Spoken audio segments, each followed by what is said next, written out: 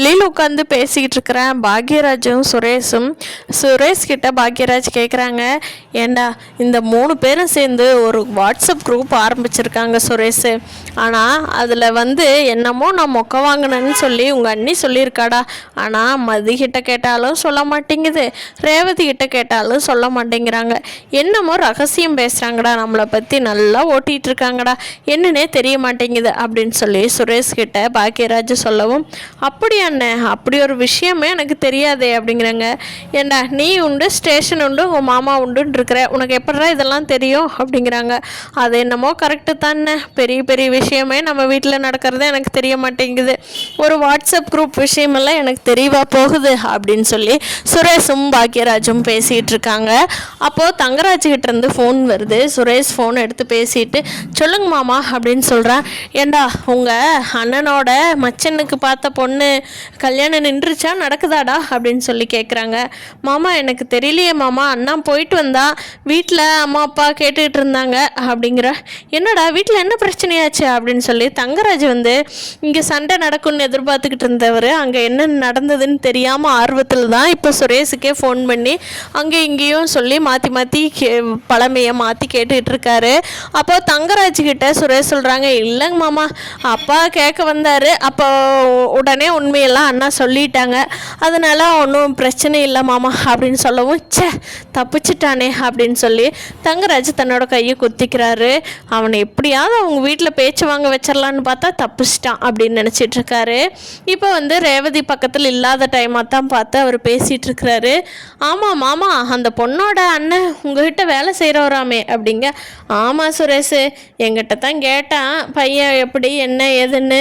என்ன உங்கள் மச்சனோட குடும்பமா அப்படின்னா நல்ல குடும்பமாக இருக்குமான்னு கேட்டால், அதெல்லாம் எனக்கு தெரியாதுடா, நீயே பார்த்து சொல்லிக்கோ பண்ணிக்கோன்னு சொல்லிட்டேன்டா சுரேஷ், நம்மளுக்கு எதுக்கு வம்பு இந்த காலத்தில் அப்படிங்கிற மாதிரி சொல்கிறாரு. ஆனால் விட்டுருந்தா அவங்க கல்யாணத்துக்கு சம்மதிச்சிருப்பாங்க.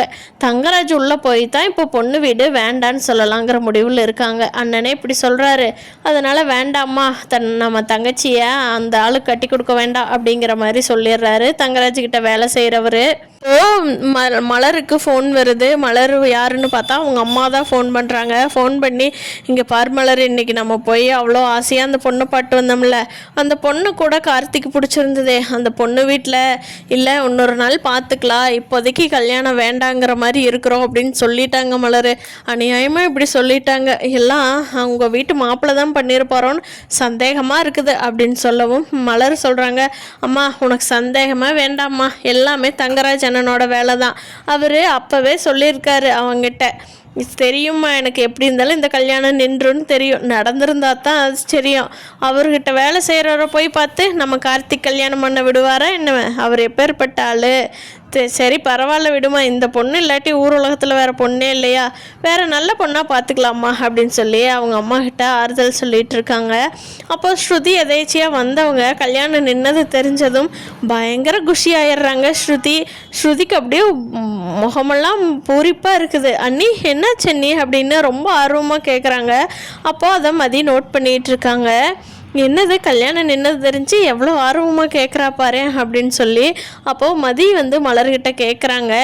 ஸ்ருதி பேசிட்டு, சரி ஸ்ருதி நீ போய் படி, இல்லைன்னா படுத்துங்க, ரொம்ப லேட் ஆகுதுல்ல, நாங்கள் படுத்துக்கிறோன்னு சொல்லி ஸ்ருதி பேசி உள்ள அனுப்பிச்சி வச்சுட்டு மதியும் மலரும் பேசிகிட்டு இருக்காங்க. ஏங்க ஸ்ருதிக்கு உங்கள் கார்த்தியை ரொம்ப பிடிக்குமாமே அப்படின்னு சொல்லி மதி கேட்கவும் மலர் இருந்துக்கிட்டு, ஆமாம் மதி எனக்கும் தான் தெரியும், ஆனால் கார்த்தி அந்த மாதிரி நினச்சிருக்கானா இல்லையான்னு எனக்கு ஒரு டவுட் மதி, இன்றைக்கி பொண்ணு பார்க்க போகிறப்ப கூட அவன் அவ்வளோ சிரிப்பாக சந்தோஷமாலாம் வரல, ஒருவேளை அவனும் ஸ்ருதியை நினச்சிட்ருக்கானா என்னவோ எனக்கு தெரியல அப்படிங்கிறாங்க. இருக்கலாங்க, அதனால தான் கூட உங்களோட கம்பல்ஷனில் பொண்ணு பார்க்க வந்திருக்கலாம்.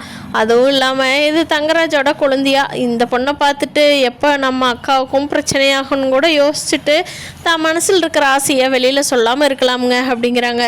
ஆமாம் மதி, எனக்கும் இப்போ தான் அப்படி ஒரு டவுட் வருது, அவன் கல்யாணம் நின்று போச்சுன்னு சொல்லி அம்மா ஃபோன் பண்ணப்போ நல்லா இருக்கானான்னு கேட்டேன், அவன்லாம் எந்த பிரச்சனையும் இல்லை, எப்பவும் போல தான் மலர் இருக்கிறான் அப்படின்னு சொல்லி அம்மா சொன்னாங்க சொல்கிறாங்க மதி. அப்போது அவனும் ஸ்ருதியை தான் நினச்சிட்டு இருக்கானோ என்னவோ அப்படிங்கிறாங்க. அப்படி மட்டும் இருந்ததுன்னா கண்டிப்பாக ஸ்ருதிக்கும் கார்த்திக்கும் கல்யாணம் பண்ணி வச்சிடலாமுங்க. வெளியில் போய் நம்ம ஸ்ருதியை நல்லபடியாக பார்த்துக்குவாங்களா, ஆள் எப்படி என்னன்னு விசாரிக்கணும். இதுவே உங்கள் தம்பியாக இருந்தால் பிரச்சனையே இல்லைங்க அப்படின்னு சொல்லி மதி கேட்கும். ஏன் மதி நீ விளையாட்டு பண்ணுறியா என்ன? நம்ம வீட்டு ஆளுங்க கட்டி கொடுப்பாங்களா என் தம்பி பார்த்தாலே ஆகாதுங்கிறாங்க. அதுவும் தங்கராஜ் அண்ணன் தன்னோட கொழுந்தியாவுக்கு என் தம்பி கட்ட விட்டுருவாரா என்ன அப்படிங்கிறாங்க.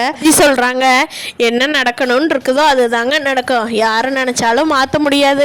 நான் என்ன உங்கள் குழந்தைனார் சுரேஷை கல்யாணம் பண்ணிக்கணும்னு நினச்சேன்னா என்ன? 2 பேர்த்துக்கும் பயங்கர சண்டையில் ஸ்டார்ட் ஆகி விதி பாருங்க என்னை கொண்டுட்டு வந்து இங்கே விட்டுருக்குது.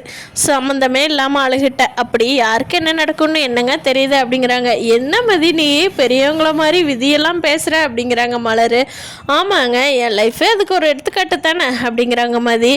ஆமாம் மதி அதுவும் கரெக்டு தான் அப்படின்னு மலர் சொல்லிட்டு சரி மதி போய் தூங்கலாம் அப்படின்னு சொல்லிட்டு எல்லாரும் தூங்குறதுக்கு போயிடுறாங்க. அப்போ உள்ளே போனால் சுரேஷ் இருந்துக்கிட்டு மதிக்கிட்ட என்ன மதி எல்லாரும் சேர்ந்து ஏதோ வாட்ஸ்அப் குரூப்லாம் வச்சுருக்கீங்களாமே அப்படிங்கிறாங்க. ஆமாம் உங்களுக்கு எப்படி தெரியும் அப்படிங்கிறாங்க. அண்ணன் தான் சொன்னான். என்னமோ அண்ணனை பற்றி பேசுனீங்களா? அண்ணனுக்கு அது என்னன்னு இன்ன வரைக்கும் தெரியலையா? என்னையாவது நீ மதி கிட்டையாவது கேட்டு சொல்லுடா அப்படின்னு சொல்லி அண்ணன் ரொம்ப ரெக்வஸ்ட் பண்ணி கேட்டா. மதி என்ன வச்சுருக்கீங்க எங்கே ஃபோனை கொடு அப்படின்னு சொல்லி சுரேஷ் ஃபோன் எடுக்கும். இங்கே பாருங்கள் அடுத்தவங்க ஃபோனையெல்லாம் எடுக்கிறதே எனக்கு பிடிக்காது அப்படிங்கிறாங்க. அப்படி என்ன தான் நீ வச்சுருக்கிற? நீ நல்ல பொண்ணுன்னு எனக்கும் தெரியும். அப்படியெல்லாம் ரொம்ப யாருக்கு தெரியாத மாதிரியெல்லாம் ஃபோனில் எதுவும் வச்சுருக்க போகிறதில்ல. குடுமதி அப்படின்னு சொல்லிட்டு ஃபோனை வாங்குறாங்க. அதுக்கு மதி இருந்துட்டு இப்போ என் ஃபோனை தர போகிறீங்களா இல்லையா அப்படின்னு சொல்லி மதிக்கும் சுரேஷுக்கும் சும்மா செல்லமாக சண்டை வந்துடுது. 2 பேரும் பார்க்கறதுக்கு அப்படியே ஒரு கப்புள்ஸ் மாதிரியே சண்டை போட்டுட்ருக்காங்க. சண்டை மாதிரியும் இல்லாமல் சண்டை இல்லாத மாதிரியும் இல்லாமல் 2 பேருமே அந்த ஃபோனை வாங்கிட்டு மதிக்கு ஒரு மாதிரி வெக்கம் வந்துடுது. சுரேஷும் சாரி மதி அப்படின்னு சொல்லிடுறாங்க. பரவாயில்ல அப்படின்றாங்க மதியும். சரி தூங்குறேன் நான் அப்படின்னு சொல்லிட்டு மதி திரும்பி படுத்துட்டு சிரிச்சுக்கிட்டே படுத்துட்டு இருக்காங்க. மதி ஃபோனுக்காக சண்டை கட்டினது, சுரேஷ் பிடுங்கினது, சுரேஷ் அந்த சண்டையில் மதியை தூக்கி அந்த பக்கம் வச்சது வாங்கினது எல்லாமே யோசிச்சுக்கிட்டு மதி சிரிச்சுக்கிட்டே இருக்காங்க. இப்போ சுரேஷுக்கும் தெரியாமையே மதியை லவ் பண்ணுறது சுரேஷுக்கும் இப்போ தான் தெரியுது. பரவாயில்ல ரொம்ப நல்ல பொண்ணாக தான் இருக்கா. நம்ம தான் திமிரு பிடிச்சவன்னே மைண்டில் ஃபிக்ஸ் பண்ணி வச்சுட்டோம். ஆனால் நல்லவங்களுக்கு நல்லவங்க தான். யாரும் அவகிட்ட சீண்டுனாங்கன்னா அவள் பொல்லாதவள் ஆயிடுறா. மதியம் நல்ல பொண்ணு தான் அண்ணி சொன்ன மாதிரி அப்படின்னு சுரேஷ் நினச்சிக்கிட்டே அந்த பக்கமாக படுத்திருக்காரு. இந்த பக்கம் மதி இருந்துக்கிட்டு அக்கா சொன்ன மாதிரியே இவருக்கும் உள்ளேயும் நல்ல மனசெல்லாம் இருக்குது. தேவையில்லாமல் அவங்க மாமா கூட சேர்ந்துக்கிட்டு தான் தேவையில்லாத வேலையை பண்ணிக்கிட்டு ரவுடி மாதிரி இருக்கார். மற்றபடி இவரும் கொஞ்சம் இறக்கமாக ஜாலியாக நல்ல டைப்பாக தான் இருக்கார் அப்படின்னு நினச்சிட்ருக்காங்க. சுரேஷும் ஒருத்தர் புரிஞ்சுக்கிட்டு தங்களோட இல்லற வாழ்க்கையை ஆரம்பிப்பாங்களா? இங்கே ஸ்ருதிக்கும் கார்த்திக்கான லவ் ஸ்டார்ட் ஆக போகுதா? வீட்டில் இருக்கிறவங்களெல்லாம் எதிர்த்து என்ன பண்ண போகிறாங்க அப்படிங்கிறத நீ அடுத்தடுத்த எபிசோடில் பார்க்கலாம் ஃப்ரெண்ட்ஸு. தங்கராஜ் அமைதியாக விட்டுருந்தாருன்னா அந்த பொண்ணை கல்யாணம் பண்ணிக்கிட்டு கார்த்தி பாட்டுக்கு அமைதியாக போயிருப்பா. இப்போது தங்கராஜ்னாலேயே தான் ஸ்ருதியும் கார்த்தியும் ஒன்று சேர போகிறாங்க. இந்த வீடியோ பிடிச்சிருந்தா லைக் பண்ணிக்கோங்க. நீங்கள் என்ன நினைக்கிறீங்கன்னு கீழே கமெண்ட் பண்ணுங்கள். நம்ம சேனல் இன்னும் சப்ஸ்கிரைப் பண்ணாதவங்க சப்ஸ்கிரைப் பண்ணிக்கோங்க.